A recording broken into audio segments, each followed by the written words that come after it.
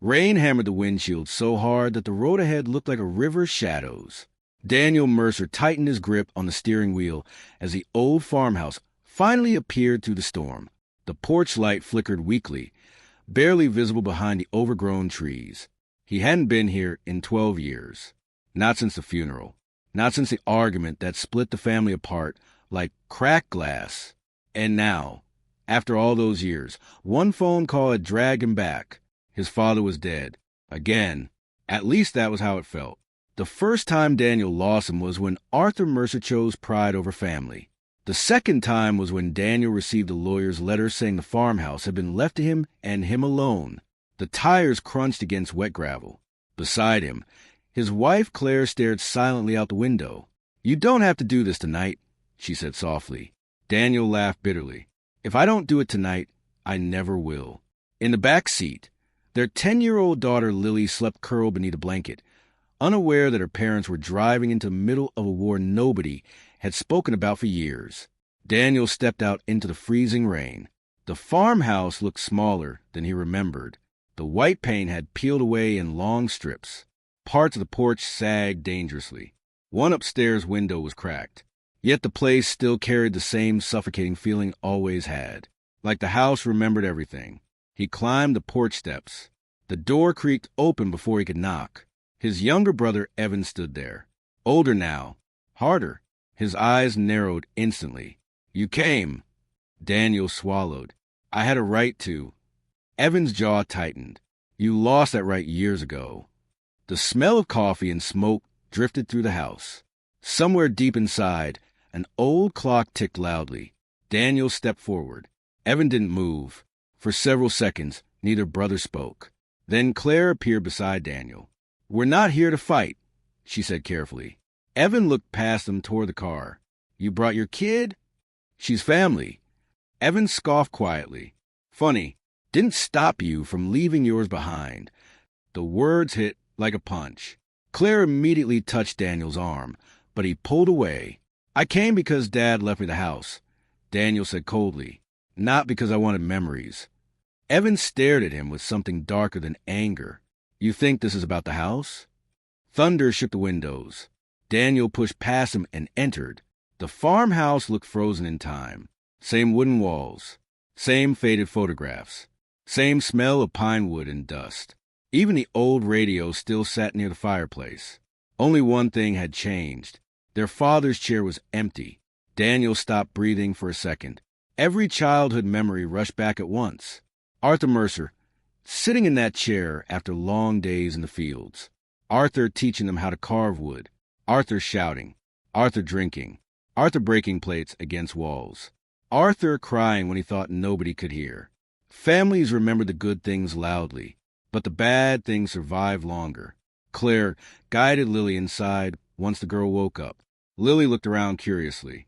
"Mom, this place is huge." "It used to feel bigger," Daniel muttered. Evan grabbed another log for fire. "You staying long?" Daniel looked directly at him. "As long as I need." Evan nodded slowly. "That's what I was afraid of." Dinner was silent. Rain battered the roof while tension filled every inch of the table. Lily was the only one trying to make conversation. "So Dad used to live here when he was little?" Evan answered before Daniel could. "He was born upstairs." Lily smiled. "That's cool." Daniel stared down at his plate. "It wasn't." Claire quickly changed the subject. But Lily kept looking around with fascination, unaware that every room carried scars. After dinner, Claire took Lily upstairs. Daniel remained near the fireplace, while Evan washed dishes aggressively. Finally, Daniel spoke. "Why didn't you tell me he was sick?" Evan stopped moving. "He asked me not to." "That's not your decision." "No." Evan snapped, turning around. "The decision was made when you disappeared for 12 years. Daniel stood. "I left because I had to. You left because it was easier." The brothers stared at each other across the kitchen. Every old wound reopened instantly. "You think staying here made you noble?" Daniel asked. Evan laughed bitterly. "Noble? No. Exhausted? Absolutely." He stepped closer. "You weren't here when Dad forgot my birthday because he was drunk." Another step. "You weren't here when the crops failed." Another step. You weren't here when he started talking to Mom's photograph like she was still alive. Daniel clenched his fists. And you think I had some perfect life? You had freedom. Daniel's voice cracked. No, I had guilt. Silence. Heavy. Painful. Evan finally looked away. For a moment, both brothers looked less like enemies and more like two exhausted boys trapped in old memories. Then the lights flickered. The entire house went dark. Lily screamed upstairs. Claire called out. Evan grabbed a flashlight immediately. Storm killed the power. Daniel moved toward the stairs, but Evan stopped him. The upstairs floor near the East Hall is weak. Don't run. Daniel ignored him and rushed upward anyway. The staircase groaned beneath his weight. He found Lily standing outside the guest room trembling. It's okay, he said quickly. There's someone in the hallway. Daniel froze. What? I heard footsteps. Claire opened another door, holding a candle. It's probably the wind. But Daniel heard it too, a slow creak from the far end of the upstairs hall. Evan climbed the stairs with the flashlight. It's the pipes, he said. But even he didn't sound convinced. The beam swept across faded wallpaper and old family portraits, then stopped. At the very end of the hallway stood a closed door, their father's room. Evan's face changed instantly. Don't open that. Daniel frowned. Why not? Because I said so. Daniel stared at the door. Something about it bothered him. Not fear, recognition. The handle was scratched deeply, as if someone had clawed at it repeatedly over the years. Lily whispered, Why does it look like that? Nobody answered. Thunder exploded outside again. Then came another sound, a loud slam downstairs. Evan cursed and rushed back down. Daniel followed. The kitchen window had burst open from a wind. Rain sprayed across the floor. As Evan struggled to shut it, Daniel noticed something strange on the table. An envelope, wet around the edges. His name written across it. Daniel picked it up slowly. The handwriting belonged to his father. Claire frowned. Was that there before? Evan turned pale. No. Daniel opened it carefully. Inside was a single sentence. If you're reading this, it means a house has chosen you too. Daniel stared at the words. What the hell does that mean? Evan grabbed the paper instantly. You shouldn't have opened it. Daniel snapped. You knew about this? Evan looked terrified for the first time all night. I hoped he'd never leave that for you. Leave what? Evan hesitated too long, then quietly said, Dad believed something was wrong with this house. Claire crossed her arms immediately. No, absolutely not. We're not doing ghost stories. It's not a ghost story, Evan said. Then what is it? Evan looked toward the ceiling, toward the old beams creaking overhead, toward the darkness upstairs. Then he whispered, Dad thought the house punished people. Silence swallowed the room. Lily nervously held Claire's hand tighter. Daniel laughed once. Short, disbelieving. You expect me to believe Dad lost his mind because of a building? Evan didn't answer. That scared Daniel more than if he had. The fire crackled softly. Rain hammered harder. And somewhere upstairs, a door slowly creaked open on its own. The sound upstairs echoed to the farmhouse like a warning. Claire immediately pulled Lily closer. Evan grabbed the flashlight again, but Daniel stopped him. I'll go. You shouldn't go alone, Evan replied quickly. Daniel smirked bitterly. Afraid the house might punish me?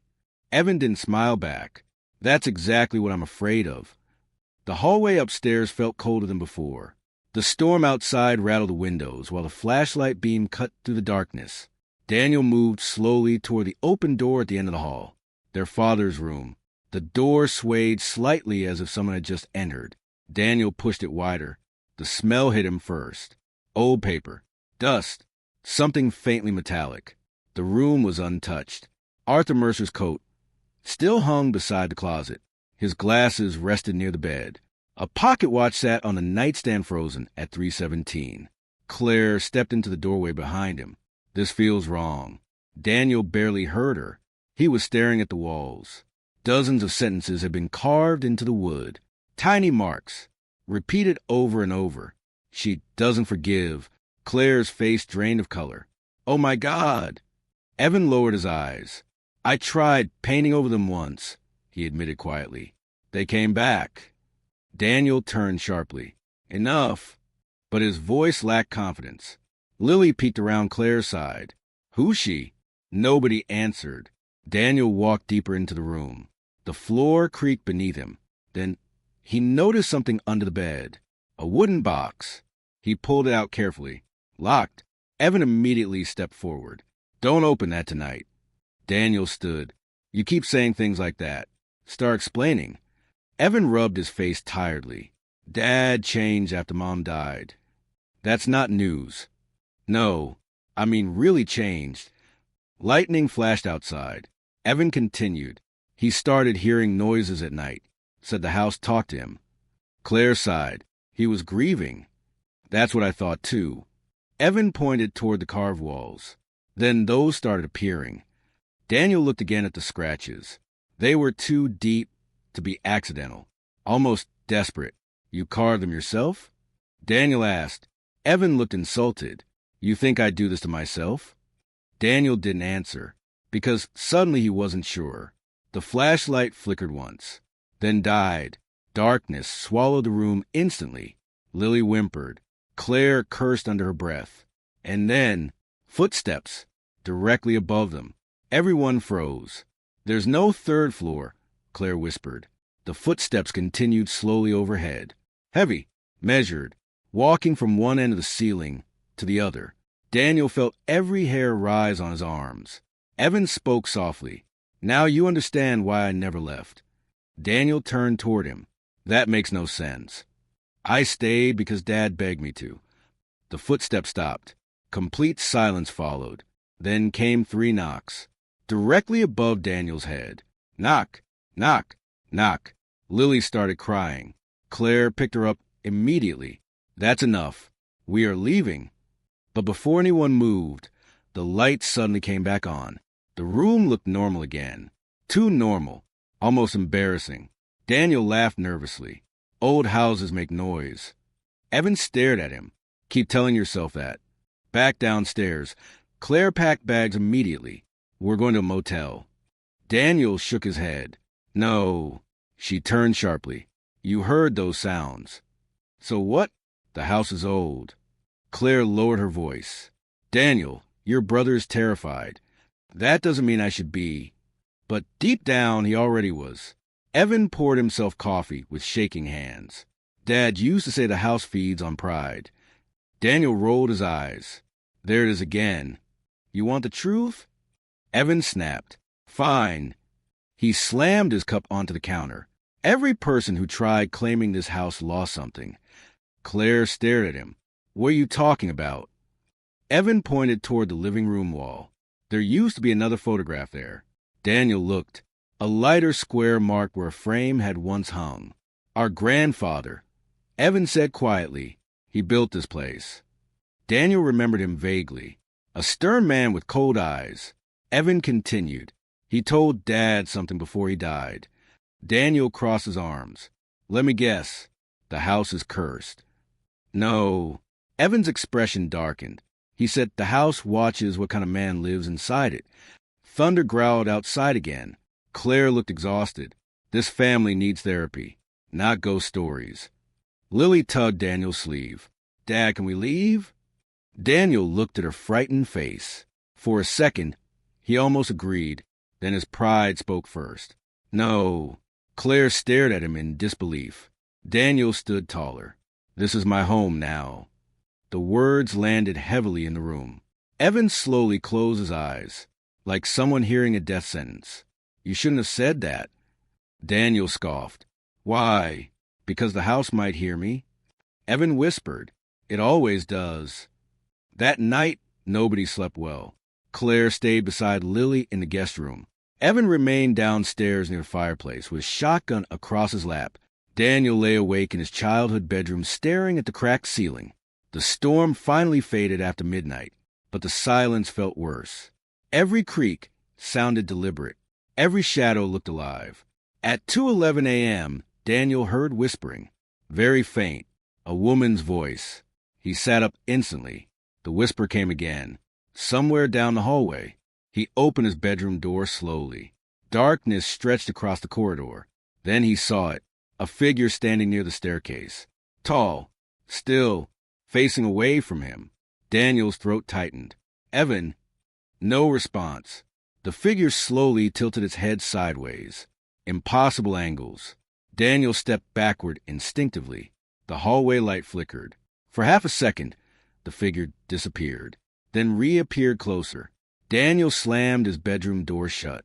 His breathing became ragged. He grabbed the baseball bat leaning against the wall. Silence. Then scratching. Soft. Deliberate. Right outside the door. Daniel forced himself forward and yanked the door open. Nothing. Empty hallway. But new scratches marked the wooden floor. Long lines, like fingernails dragged across the boards. His heart pounded violently. Suddenly, Lily screamed from the guest room. Daniel sprinted across the hallway. Claire stood inside, holding Lily tightly. "What happened?" Lily pointed toward the corner, crying. There was a lady. Daniel looked. Only darkness. Claire whispered angrily. She woke up, saying someone was standing beside the bed. Daniel forced calm into his voice. "It was a nightmare." But Lily shook her head violently. "She told me Dad shouldn't have said those words." The room went silent. Even Claire lost color. Downstairs came a loud crash. Evan shouted. Daniel ran, downstairs gripping the bat. The kitchen chairs had been overturned. The back door stood wide open. Cold wind poured inside. Evan looked shaken. "She's never done that before."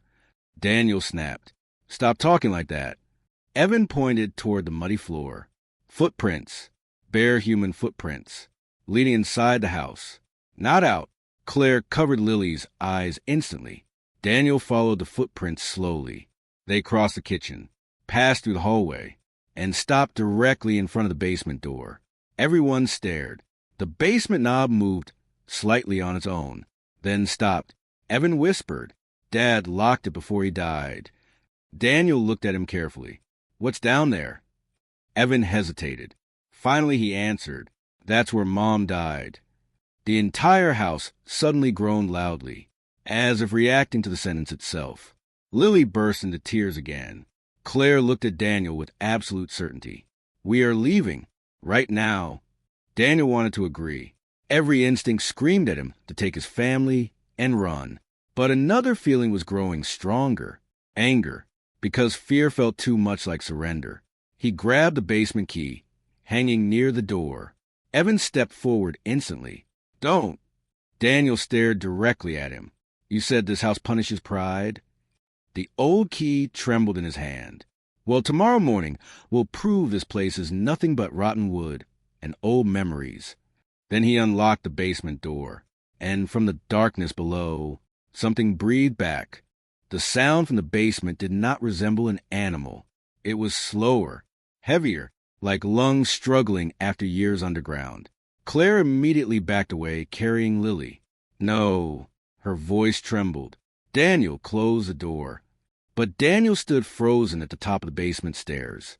Cold air crawled upward from the darkness below. The smell was unbearable. Wet earth, rust, and something ancient. Evan's face had turned ghostly pale. "I told you not to open it." Daniel forced himself to speak. "There's probably a broken pipe." But even he didn't believe that anymore. The wooden steps creaked softly, not beneath them, beneath something else, something moving below. Then came another sound, a woman humming, very faint. Lily buried her face against Claire's shoulder. "That's the song," she whispered. Claire looked horrified. "What song?" The lady upstairs was humming it. Evan slowly lowered his eyes. "Oh, God." Daniel grabbed the flashlight from the counter. "This ends now." He started descending into the basement. Claire tried stopping him. "Daniel." But he kept going. Each step groaned beneath his weight. The beam of light shook in his hand as darkness swallowed him deeper and deeper. The basement walls were stone, dripping with moisture. Old shelves lined the sides filled with rusted tools and broken jars. Then the flashlight landed on something unexpected. Paintings, dozens of them, hung across the basement walls. Daniel stepped closer slowly. Every painting showed the farmhouse. But each one looked different. In some, the house stood under snow. In others, under fire. One painting showed the porch covered in black vines. Another showed every upstairs window glowing red. And in every single painting, a person stood near the front door, watching the house. Daniel's breathing slowed. The faces had been scratched out violently, except one, the final painting. The person standing near the porch still had a face. Daniel's face. His stomach twisted. Behind him, the humming stopped. Complete silence. Then a whisper. "You said it." Daniel spun around. Nothing there, but the flashlight flickered wildly. The basement suddenly felt alive. The walls creaked. The pipes rattled. And then Daniel noticed writing carved into the stone near the floor. Thousands of words, layer over layer, some old, some fresh, all written in the same desperate handwriting. "Don't let her keep him." Daniel stumbled backward. His flashlight beam landed on an old wooden chair in the corner. Leather straps hung from the arms. His pulse exploded. "What is this?" Evan appeared at the bottom of the stairs. His voice barely worked. "Dad used to come down here every night." Daniel looked at the chair. "No." Evan nodded slowly. He thought if he tied himself down, she couldn't make him walk. Claire shouted from upstairs, "Get out of there right now." But neither brother moved. Daniel turned toward Evan. "You knew all this?" "I knew enough. You let my daughter sleep in this house." Evan suddenly exploded. "Because I didn't think she'd choose you this quickly." Silence. Daniel stared. "What did you say?" Evan pointed toward the paintings. "She doesn't care about blood. She cares about character." Daniel laughed nervously. "You sound insane." Dad sounded insane, too. Evan stepped closer. "Until the morning, he begged me never to say those words." Daniel's chest tightened. "What words?" Evan looked him directly in the eyes. "This is my home now." The basement lights suddenly burst on by themselves, every bulb glowing harsh white. Daniel flinched, and that's when he saw the final wall. Photographs. Hundreds of them. Generations of a Mercer family. Every photo ended the same way. One person scratched out completely. His grandfather, his great-grandfather, uncles, cousins, all removed from the pictures, as if erased. Only one recent photograph remained untouched. A picture of Daniel, Claire, and Lily from 5 years earlier. Someone had scratched Claire and Lily out, leaving only Daniel. A freezing chill crawled down his spine. "No." Evan's voice cracked. "She takes people one at a time." The humming returned. Closer now, right behind them. Both brothers turned simultaneously. A woman stood at the top of the basement stairs. Not transparent. Not floating. Real. Terribly real. She wore an old gray dress soaked with water. Long, dark hair covered most of her face. And yet Daniel recognized her instantly. His mother. Claire screamed upstairs. Lily cried uncontrollably. Daniel's knees nearly gave out. "Mom!" The woman slowly lifted her head. But the face wasn't his mother's anymore. The eyes were completely black. The mouth stretched too wide. And when she spoke, her voice sounded like multiple voices layered together. "You chose the house." The basement door slammed shut behind her. Darkness exploded. The lights shattered one by one. Glass rained across the basement floor. Daniel heard Evan yelling, Claire pounding upstairs. Then something grabbed Daniel's wrist. Ice cold, he swung blindly with the flashlight. The figure disappeared instantly. The basement door suddenly flew open again. "Run!" Evan screamed. Both brothers sprinted upstairs. Claire grabbed Daniel immediately. "We're leaving!" Nobody argued anymore. They rushed outside into freezing night. Rain had stopped, but fog now covered the field around the farmhouse. Thick, unnatural fog. Daniel shoved bags into the car, while Evan searched for the keys. Then Lily spoke softly. "Dad." Daniel turned. She pointed toward the second-floor window. A figure stood there watching them. The woman, still smiling. Daniel finally felt true fear. Not fear of death. Fear of understanding. Every terrible thing his father said suddenly sounded possible. Evan jumped into the driver's seat. "The engine won't start." Daniel cursed and tried himself. Nothing, only clicking. Claire looked panicked. This can't be happening. Then the farmhouse lights turned on by themselves. Every window glowing bright, one by one, room after room, as if the house were waking up. The front door slowly creaked open. Daniel stared at the darkness inside, and then he heard it, his father's voice. Weak, broken, coming from a house. "Daniel, help me."